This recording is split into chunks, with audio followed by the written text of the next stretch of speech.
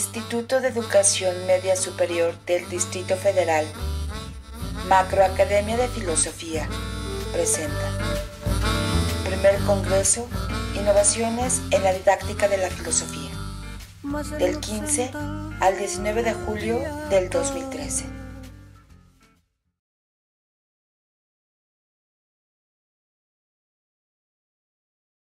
El primer punto que voy a tratar es bastante amplio, pero lo voy a hacer en forma muy sinóptica. El tema es, mi primera tesis es que, o mi primera proposición, es que el mundo actual es un mundo en que estamos en una serie de circunstancias y problemas muy complejos que requieren el concurso de la ciencia, pero sobre todo de la filosofía. ¿Cuáles son, en forma sinóptica, los grandes problemas que enfrentamos? En primer lugar, estamos en medio de una serie de revoluciones en los campos de la física, de la biología, de la bioquímica, de la genética, del desarrollo de las nuevas tecnologías, y esto trae muchísimos problemas filosóficos, como sabemos. Por ejemplo, el tema de la bioética, los transgénicos, que se hablaba en el maíz, etc. En segundo lugar, estamos bajo los efectos del derrumbe del llamado socialismo realmente existente y que, como todos sabemos, implicó toda una serie de transformaciones, surgimiento de nuevos países, uniones, a la Unión Europea, a nosotros nos tocó la unión acá de Norteamérica, en el momento, y sobre todo ahora que Estados Unidos está en declive, creo que fue muy mala decisión el haber hecho eso. Es decir, una recomposición global del mundo, pero sobre todo, si el tema del socialismo representaba una esperanza de que la situación iba a cambiar, si acaso aquellos países se reformaban o si acaso se construían otros sin estos problemas, realmente el derrumbe del socialismo real puso en crisis el paradigma emancipatorio. En tercer lugar, una novedad, una tendencia general que es novedosa, pues es la interconexión global de la economía, por obra y gracia de las nuevas tecnologías, y la llamada globalización. Por ahí tenemos un gran libro muy interesante de Víctor Flores Olea, que se llama Crítica de la Globalidad, Dominación y Liberación de Nuestro Tiempo, y en donde habla de que esta tendencia fue secuestrada por los grandes poderes transnacionales. Luego, ya he mencionado el uso de la tecnología digital, que está cambiando todas nuestras concepciones, nuestras conductas, nuestras formas de ser, y que exige que la filosofía también explique esta problemática. Luego tenemos la puesta en marcha, en el último periodo, de la concepción del neoliberal. ¿Qué es el neoliberalismo? ¿Cuáles son sus características? ¿Cuáles son sus aspectos económicos, políticos, ideológicos, filosóficos? Y sobre todo, ¿qué consecuencias tiene? Y en nuestro país hemos visto claramente desde hace 30 años que los beneficios sociales han ido en decrecimiento y el desmantelamiento del Estado benefactor, etc. Entonces aquí tenemos un gran problema también para las ciencias sociales, pero para la filosofía. También vamos a decir que ha habido también este fenómeno generalizado, tanto a nivel de los estados como a nivel internacional, de las contradicciones entre riqueza y pobreza, que en nuestro país han llegado a verdaderos extremos, en donde tenemos a uno de los más ricos, al más rico del mundo, ¿no? Y también a los más pobres del mundo. Entonces, esta contradicción que ha llevado a que 50% de la población, 52 millones y 11.7 en pobreza extrema, según datos oficiales de 2010, y ahora a fines de julio vamos a tener las nuevas cifras, oficiales, para no inventar. Realmente estos se encuentran en la pobreza y tenemos la necesidad de una sociedad más equilibrada, más equitativa. Bien, agreguemos la influencia de los medios de comunicación en la opinión. Aquí esto nos afecta mucho porque, como sabemos, hay un cambio en la percepción, hay un abandono de la lectura y hay un cambio en la percepción de todos con respecto a de las mayorías con respecto a la percepción. Y por lo tanto la filosofía queda prácticamente en último lugar. Si ya no se leen novelas, creo que se lee un libro por habitante anual, creo, un libro y medio, y quién sabe qué libro sea, ¿no? A lo mejor de metafísica, pero esa no es la metafísica filosófica, claro. Entonces, además, formas de alienación profundas que están también profundizándose entre los habitantes y que implican manipulación. Ya hemos visto en el tema de la filosofía política que detrás de las elecciones está lo que llama Bobbio los poderes tras las urnas, y uno de los grandes poderes, los medios de comunicación, tanto aquí como en otras partes. Y por lo tanto hay una desnaturalización de la democracia. A la filosofía política le toca, como ustedes saben, qué es la democracia, cuáles son los sentidos de la democracia, cómo sería una democracia auténtica, etc.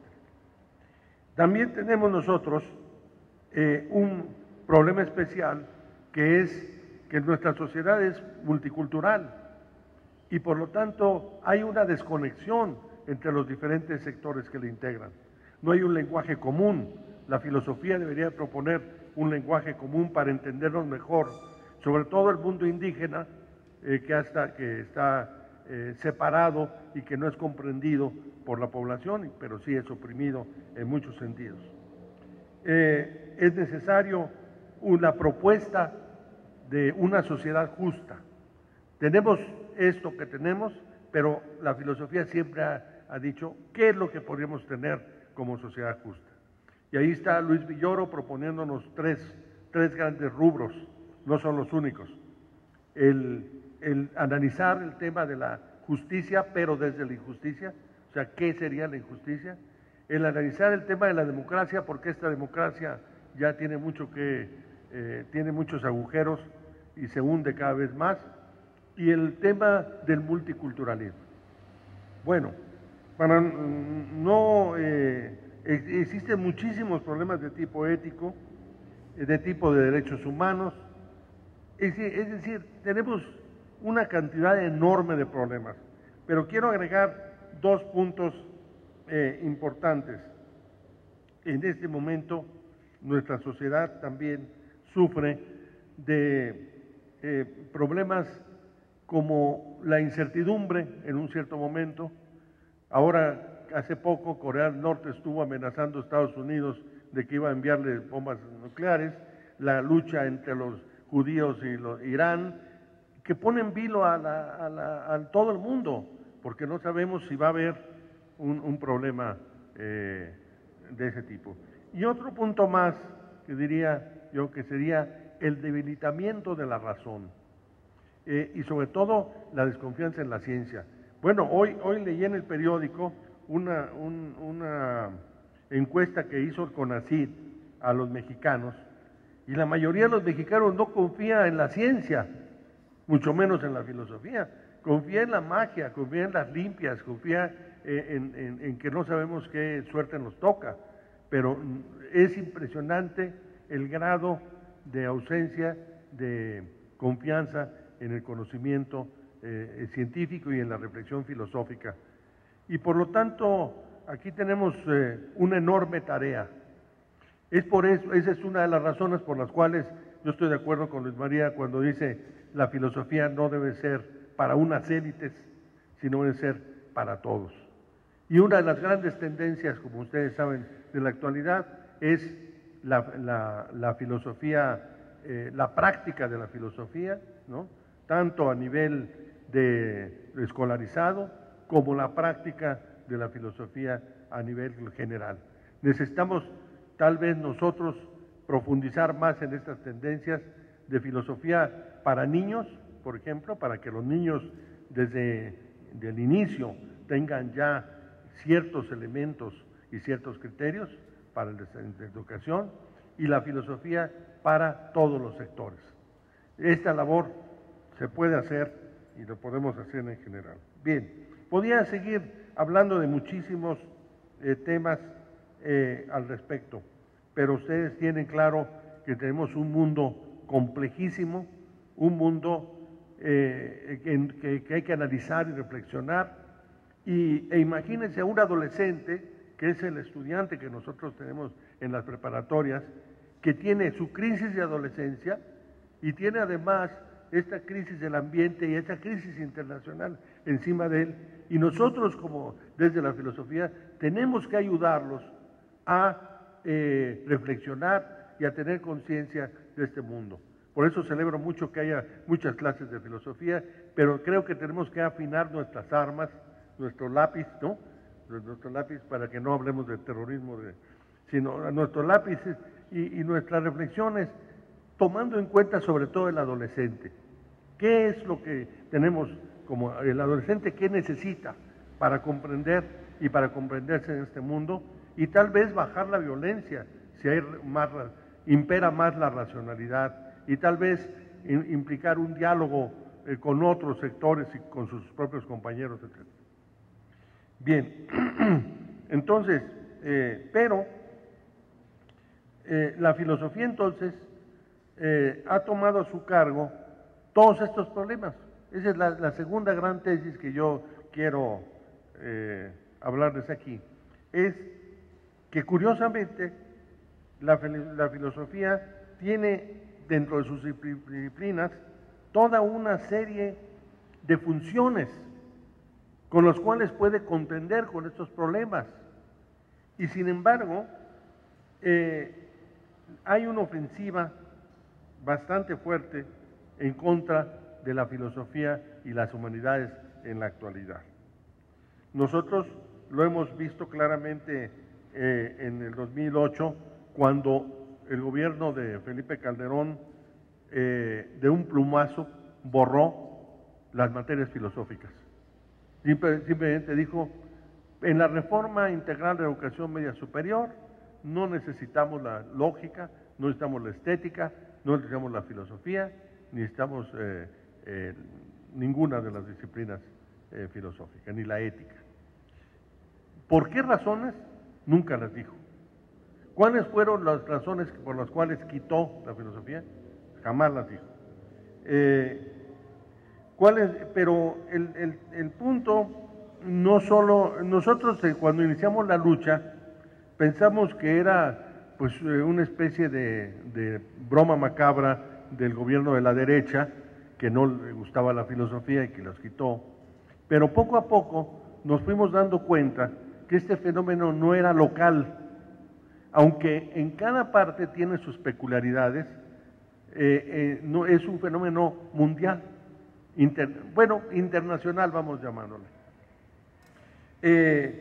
Uno de ellos, justamente como miembro del Observatorio Filosófico de México, fue invitado por la UNESCO en 2009 a la reunión de alto nivel de la enseñanza de la filosofía en la educación media superior en Santo Domingo. Y allí se dio cuenta de que en Centroamérica hacía 10 años que habían quitado todas las disciplinas filosóficas de la enseñanza media superior. Nos dimos cuenta de que el asunto no era solo México, sino eran muchos más. Pero además allí había un elemento suplementario, sobre todo en Santo Domingo, que la Iglesia se oponía a las materias filosóficas porque eran emisarias de la Ilustración. Bueno, por favor, hace mucho tiempo que pasó eso, pero en fin. Entonces querían quitarlas. Pero luego hay otro análisis, el análisis de los currículos de filosofía en el nivel medio de Iberoamérica, en donde se dice, como una de las conclusiones en este libro, aunque se reconozca la importancia de la filosofía y se piense que no pueden desaparecer de los currículos en la práctica se está reduciendo notablemente. O sea, y en algunos países se ha suprimido. Es decir, nos dimos cuenta que el asunto era más grande, que implicaba Iberoamérica. Pero luego en 2010 salió el libro de Martha Nussbaum, que citó también Luis María, que se llama No for Profit, Why Democracy Needs the Humanities, en la que dice, o sea, no por lucro, ¿no? ¿Por qué la democracia necesita las humanidades? Y ella dice lo siguiente, fíjense lo importante y lo grave que es. Ella lo dice por un análisis que ha hecho tanto de los Estados Unidos como de la India, porque su esposo era Amartya Sen, el fundador de este índice de desarrollo humano. Bien, dice, estamos en medio de una crisis de proporciones masivas y de grave significado global y que pone en riesgo la democracia. Bueno, la democracia ya está en riesgo desde hace tiempo, pero en fin. No me refiero, sigue diciendo Nussbaum, a la crisis económica que empezó en 2008 en los Estados Unidos. Me refiero a una crisis que ha sido desapercibida largamente como un cáncer, la crisis general de la educación. Si estas tendencias continúan, dice ella, se formarán generaciones de máquinas útiles más que de ciudadanos completos que pueden pensar por sí mismos, criticar sus tradiciones y estudiar, y esto le parece a Nussbaum es muy importante para ella y para nosotros también, el significado del sufrimiento o de los logros de otras personas de otras partes del mundo. Es decir, ese sentimiento de humanismo que debemos de tener con los otros, donde quiera que esté. Nussbaum se refiere no solo a la filosofía, como digo, sino a las humanidades en su conjunto, que han sido despreciadas, dice ella, como adornos inútiles para preferir el mercado competitivo. Y pone una serie de ejemplos para probar esta tendencia. Contra esta tendencia, ella aboga una concepción humanista y la necesidad de que las humanidades permanezcan y se fortalezcan a partir de concepciones como las de Rabindranath Tagore, o John Dewey, Rousseau, Winnicott o Emerson, considerando que es necesario otro modelo de desarrollo humano. Si estamos en un proceso de deshumanización, en donde la filosofía se va arrastrada en ese proceso, requerimos otro proceso de constitución de un modelo humano diferente. En esa misma dirección, aunque un poco más radical, Terry Eagleton, autor de libros muy interesantes, observa también la tendencia hacia la eliminación de las humanidades en Inglaterra y pregunta, ¿están a punto de desaparecer las humanidades en nuestras universidades? Y se responde, la pregunta es absurda, pues debería ser absurda, porque sería como desaparecer la cerveza de las tabernas, ¿no? O sería desaparecer la egolatría de los artistas de Hollywood. Dice, las humanidades, dice Terry, son el corazón de una universidad digna de tal nombre, y el estudio de la historia y la filosofía, acompañado de cierto conocimiento del arte y la literatura, deberían de ser impartidos tanto a los abogados e ingenieros, así como a quienes estudian en las facultades de artes. Y sin embargo, lo que prevalece es la tendencia a convertir las universidades en institutos de formación técnica e institutos de investigación empresarial. Hay un documento muy interesante de la UNESCO, producto de una reunión que se hizo en Milán sobre enseñanza de la filosofía en la Unión Europea y Norteamérica. Y una de las tesis es que se ha sostenido que la filosofía no es relevante para el mercado de trabajo y que importa más bien la técnica que la filosofía. Esto es absolutamente, esta tesis es absolutamente falsa. Yo en mi exposición del Senado, que voy a poner a disposición de todo el mundo, dije que uno de los mitos importantes es el tema de creer que técnica no requiere filosofía. La falsa disyuntiva entre necesitamos técnicos y no filósofos, Creo que ahí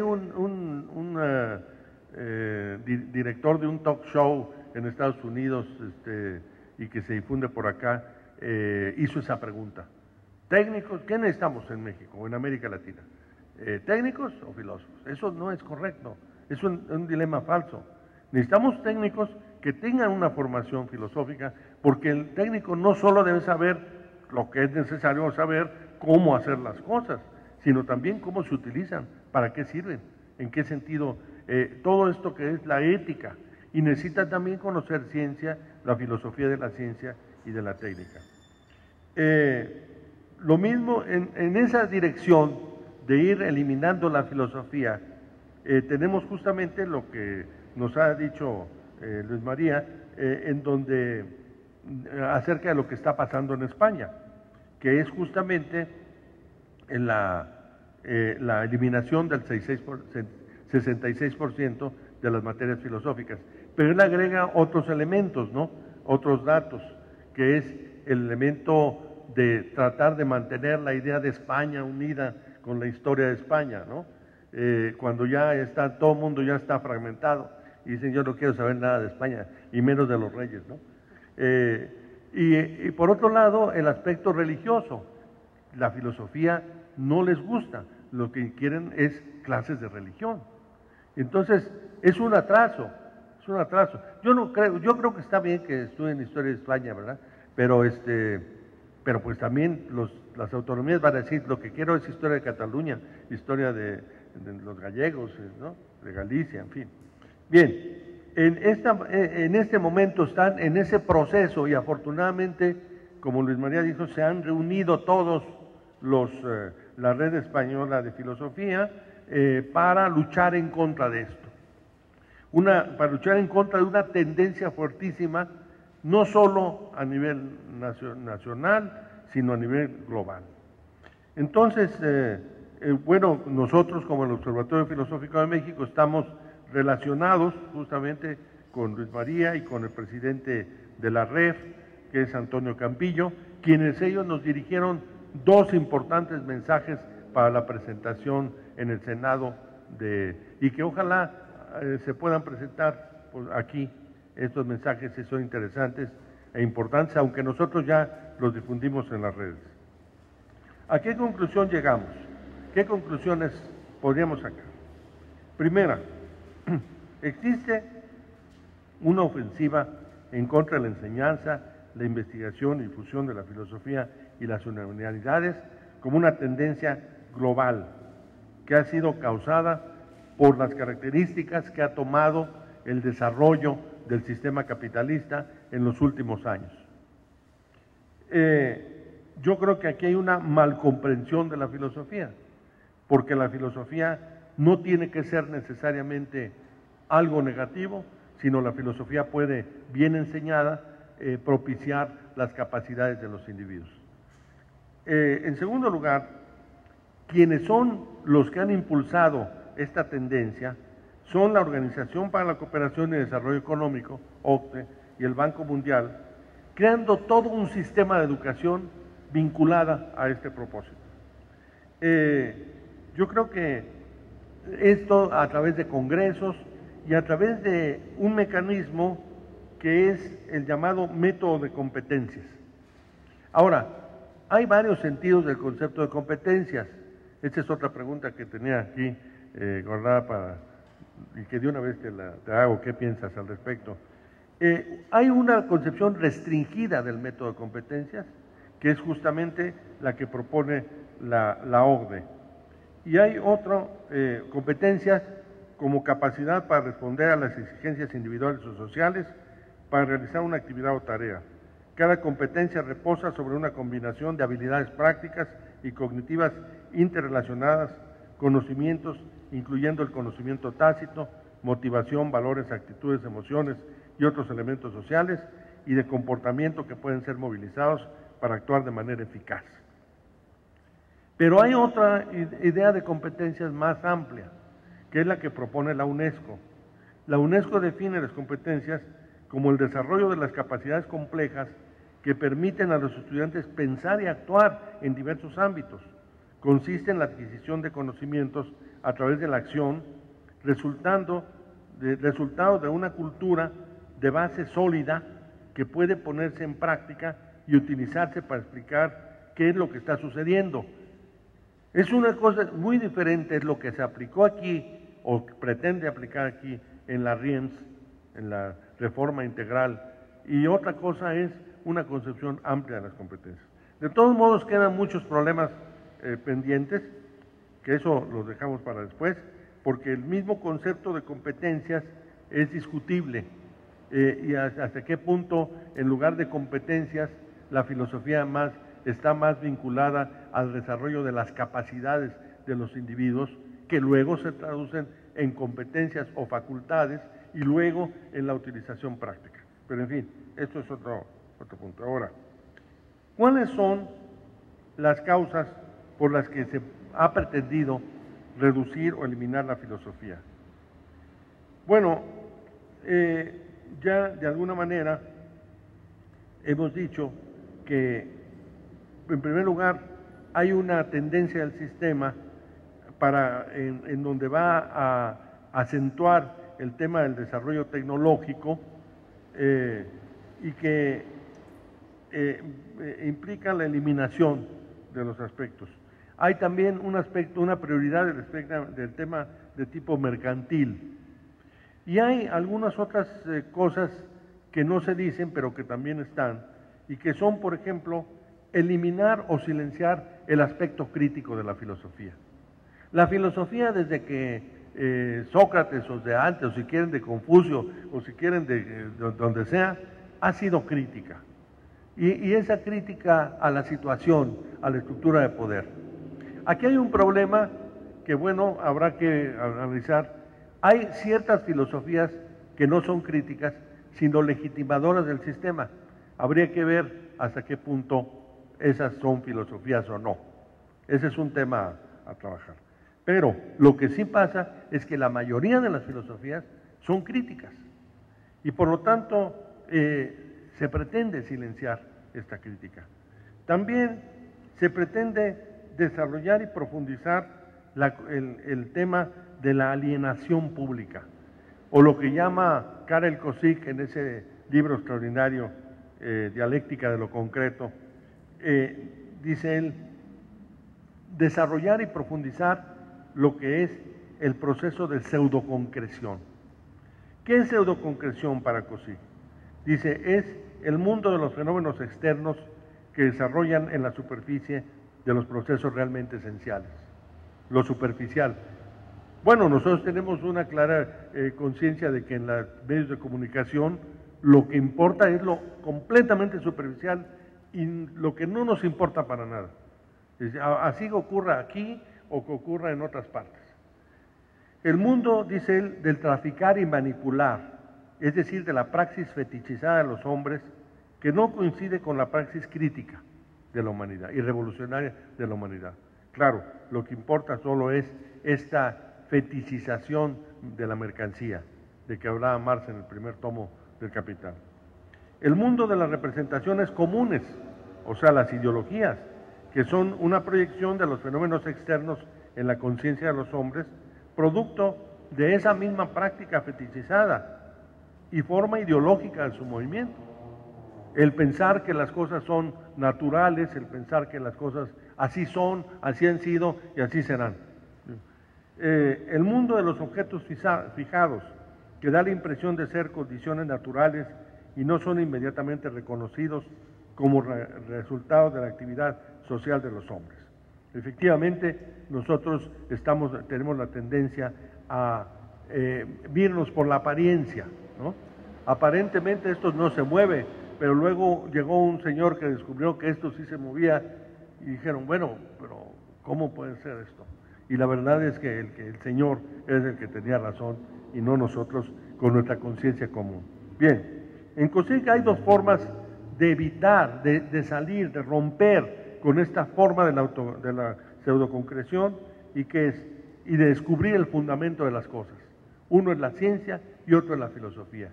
Y justamente la ciencia, ya ven en la encuesta, es despreciada. Incluso en la encuesta se dice que los científicos son peligrosos ¿sí? Pueden serlo, por cierto. O sea que, y la filosofía, bueno, no existe, obviamente, la conciencia común. Por eso tenemos ahí un trabajo enorme de concientizar a nuestras familias, a nuestros amigos, a nuestra sociedad entera y decirles, aquí es importante este pensamiento y que está vinculado a tus propias necesidades.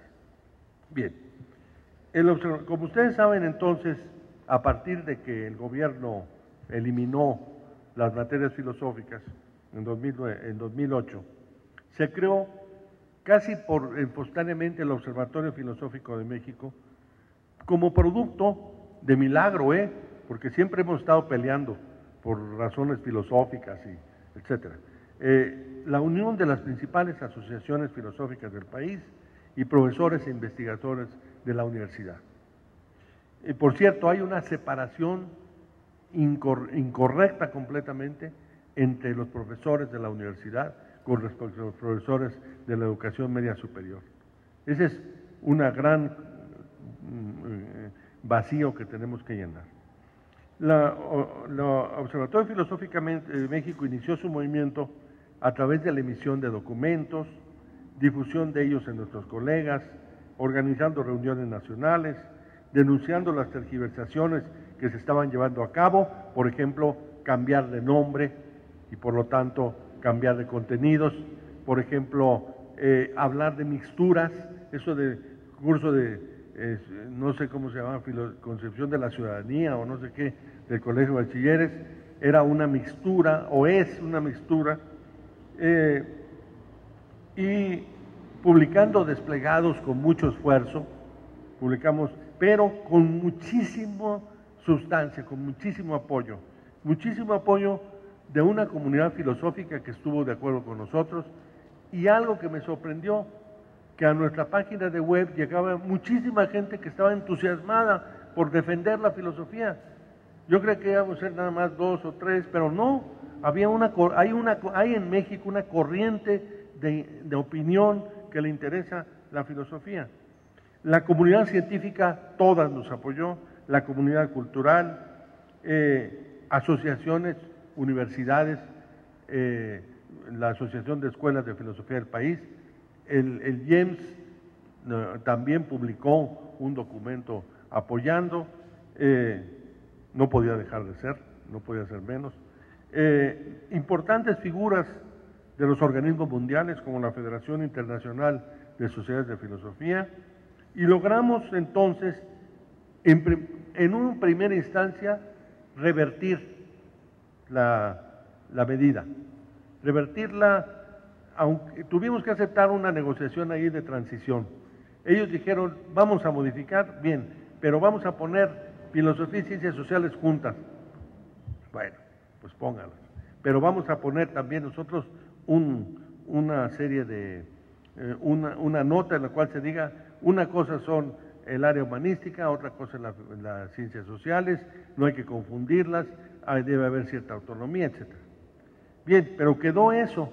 Entonces la Secretaría de Educación Pública empezó a decir que todo estaba ya muy bien y que ellos eran humanistas y que ellos eran a favor de la filosofía, pero no movieron un solo dedo en las escuelas.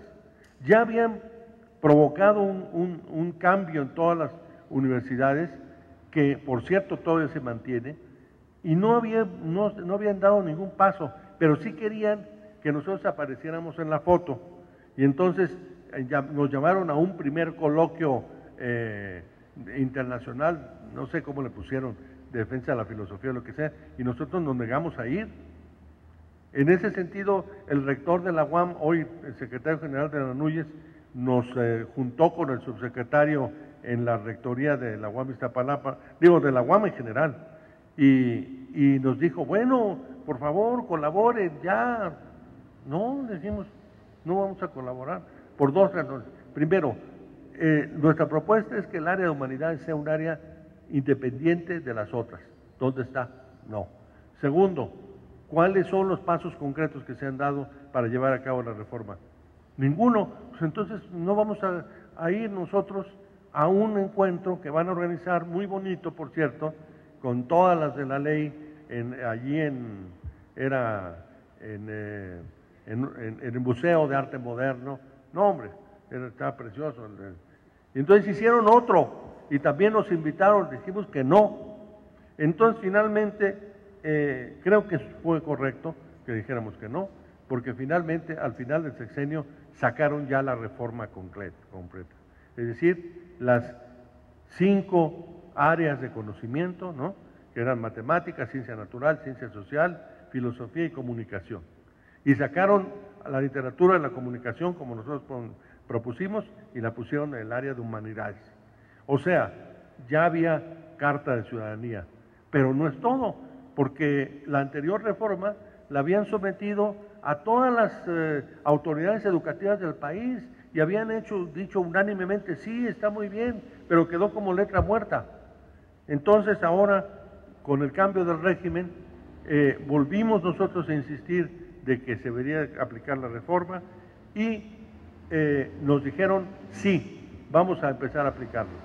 Pero como nosotros nos desconfiamos, propiciamos que la senadora Ana Gabriela Guevara, lo que me parece una extraordinaria coincidencia entre deporte y filosofía, porque ella es la más importante deportista que hemos tenido en este país, mujer en el caso de las carreras, ¿no? De la velocidad, ¿no? Y por un lado, ella propuso a la Comisión de Educación y la Comisión de Educación al Senado el punto de acuerdo en el cual se llamaba a la Secretaría de Educación Pública para que cumpliera.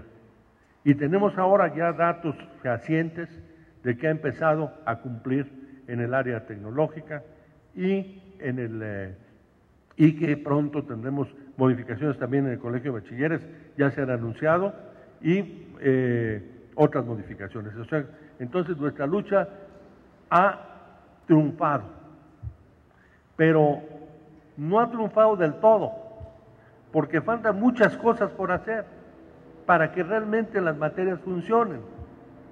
Y entonces nosotros hemos hecho un desplegado que próximamente la vamos a poner en el periódico cuando consigamos el dinero para hacerlo, que cuesta bastante, y les vamos a dejar aquí uno de los desplegados para si nos hacen el favor de firmar, si están de acuerdo, etcétera, y para que la filosofía no se quede, lo cual ya es importante, en el esfuerzo de preparar los profesores y de cambiar los planes de estudio, sino que también es necesario establecer los criterios para la elección de profesores, por un lado, y es necesario que la filosofía se amplíe a todos los niveles de la educación.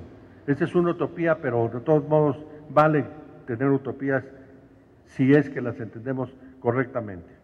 Entonces, vamos a decir que en este largo proceso, creo yo que el hecho de que la gente logre exponer, organizarse y presionar para lograr estas posiciones, en este marco y en este contexto, lo único que nos queda a nosotros es hacer buenas clases, con didáctica perfectamente desarrollada, hacer que sepa la gente que la filosofía es importante, que las estamos dando en forma adecuada, que estamos tocando sus propios intereses y que estamos despertando su conciencia, porque la filosofía es justamente dar conciencia a los individuos de dónde están, para qué y qué es lo que quieren para un país y para una sociedad.